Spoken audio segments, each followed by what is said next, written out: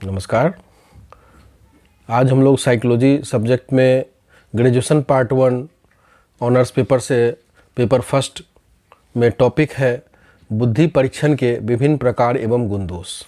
मैं professor doctor के Thakur, KVS science college Uchaith Benipatti Madhubani से जिस टॉपिक पे हम लोग चर्चा करेंगे जो इस प्रकार से है कि सभी व्यक्तियों की बुद्धि समान नहीं होती है। कुछ व्यक्ति मंद बुद्धि की होते हैं तो कुछ तीव्र बुद्धि के तथा कुछ सामान्य एवं तो कुछ अतीव्र बुद्धि के होते हैं। अब प्रश्न है कि किसी व्यक्ति को कितनी बुद्धि होती है, इसकी जानकारी के लिए अनेक मनोवैज्ञानिकों ने अध्ययन किया तथा बुद्धि मापन के लिए प्रश्नों का निर्माण किया है। अभी तक जितने बुद्धि परीक्षण किए गए हैं उन्हें 4 वर्गों में रखा गया है, जो इस प्रकार से है। पहला है वाचिक बुद्धि परीक्षण। वाचिक बुद्धि परीक्षण वैसे परीक्षणों को कहा जाता है जिसमें भाषा की आवश्यकता होती है। इसके लिए प्रयोज्य को भाषा का ज्ञान होना बहुत ही आवश्यक होता है। इसमें कुछ प्रश्न लिखे होते हैं जिसका उत्तर प्रयोज्य को देना होता है। इन्हीं उत्तरों के आधार पर व्यक्ति के बुद्धि की जानकारी प्राप्त होती है। इसके अंतर्गत बीने साइमन टेस्ट, स्टैनफोर्ड बीने स्केल इत्यादि का नाम बहुत ही प्रसिद्ध है। वाचिक परीक्षण में कुछ सामूहिक परीक्षण भी होते हैं जिसमें कम से कम समय में अधिक से अधिक व्यक्तियों की बुद्धि का मापन संभव होता है। बुद्धि परीक्षण जो है, जैसे एक तरह से शाब्दिक बुद्धि परीक्षण में कुछ ऐसे गुण हैं जिससे उसका प्रयोग सर्वाधिक होता है। इस परीक्षण का सबसे पहला गुण यह है कि व्यक्ति परीक्षण में किसी व्यक्ति के बुद्धि का सही तौर पर मापन संभव होता है।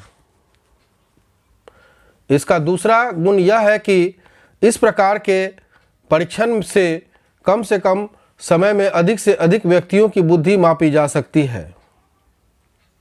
इस परीक्षण की एक बहुत बड़ी विशेषता यह है कि इसके माध्यम में से अमूर्त बुद्धि का मापन भी संभव हो जाता है।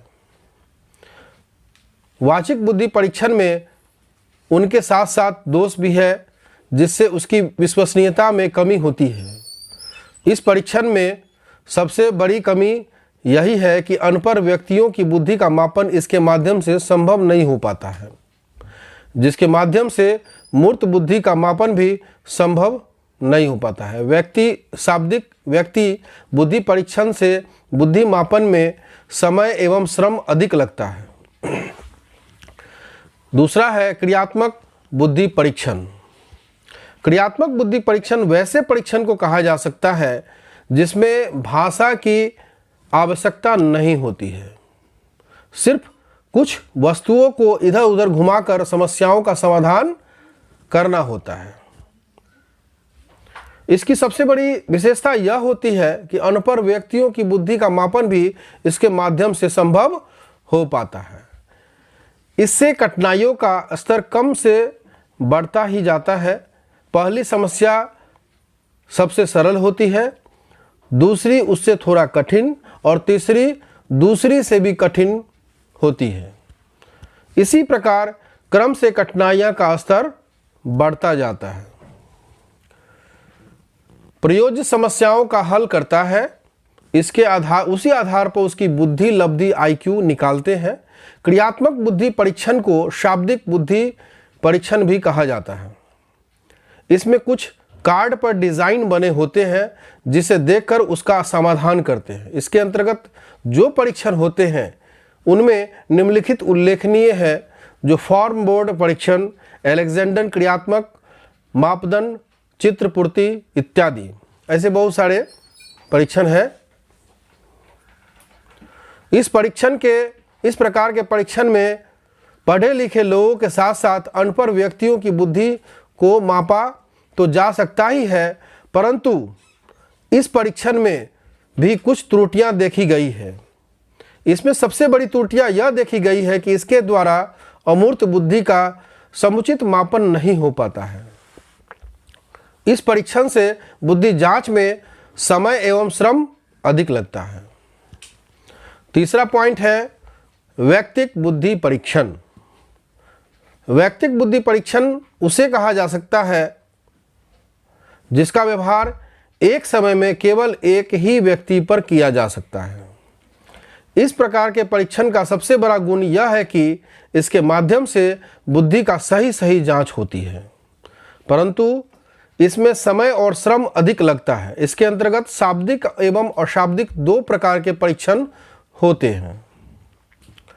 व्यक्ति परीक्षण में निम्न प्रमुख है: ब्लॉक डिजाइन टेस्ट, विस्लर value scale, cube construction test, pass along test, Simon test इत्यादि। बहुत सारे ऐसे टेस्ट हैं जो इस परीक्षण का वर्णन ऊपर किया जा चुका है।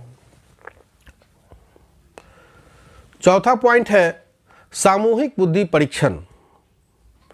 सामूहिक बुद्धि परीक्षण के माध्यम से एक समय में अनेक व्यक्तियों की बुद्धि मापी जाती है। जहां भी कई व्यक्तियों की बुद्धि एक साथ मापने की आवश्यकता होती है, वहां यह परीक्षण बहुत ही उपयोगी होती है। इसके अंतर्गत आर्मी अल्फा टेस्ट, मोहसिन सामान्य बुद्धि परीक्षण, आर्मी बीटा टेस्ट, जलोटा सामूहिक बुद्धि टेस्ट इत्यादि आते हैं। अब इनके गुण के बारे में चर्चा करेंगे कि सामूहिक बुद्धि परीक्षण का सबसे बड़ा गुण यह होता है कि इसके माध्यम से एक साथ कई प्रायोगिक बुद्धि को मापा जा सकता है, जिसमें समय एवं श्रम की बचत तो होती ही है, इनका उपयोग शैक्षिक निर्देश, व्यावसायिक चयन इत्यादि में सफलतापूर्वक किया जा सकता है। अब इसके कुछ दोष भी है जो इस प्रकार से है। सामूहिक बुद्धि परीक्षण में उसके साथ साथ दोष भी पाए जाते हैं। जब कई व्यक्तियों की बुद्धि को एक साथ मापा जाता है तो परीक्षण एक साथ सभी पर ध्यान नहीं दे पाता है, जिससे बुद्धि को सही जानकारी प्राप्त नहीं होती है। सामूहिक बुद्धि परीक्षण में प्रयोग एक दूसरे का नकल भी कर सकते हैं। छोटे बच्चों की बुद्धि मापन इसके माध्यम से संभव नहीं हो पाता है। अब हम देख सकते हैं कि उपर्युक्त बातों से तो यह तो स्पष्ट हो चुका है कि अभी तक जितने भी परीक्षण बनाए गए हैं उनमें एक और गुण तो है ही, दूसरी ओर दोष भी देखा गया है। अतः किसी एक परीक्षण के माध्यम से बुद्धि की सही जानकारी प्राप्त नहीं हो पाती है। इसीलिए एक साथ कई टेस्ट का प्रयोग करके बुद्धि का सटीक और सही जानकारी प्राप्त की जा सकती है। धन्यवाद। और ऐसे बहुत सारे क्वेश्चंस के बारे में आंसर को अच्छी तरीके से समझने के लिए आप हमारे चैनल को ज़रूर सब्सक्राइब करें, लाइक ज़रूर करें और कमेंट ज़रूर करें। किसी प्रकार का अगर और भी क्वेश्चंस पूछने हो तो इसमें अपना कमेंट आप करें, मैं ज़रूर उस क्वेश्चंस को सॉल्व करूँगा। धन्यवाद।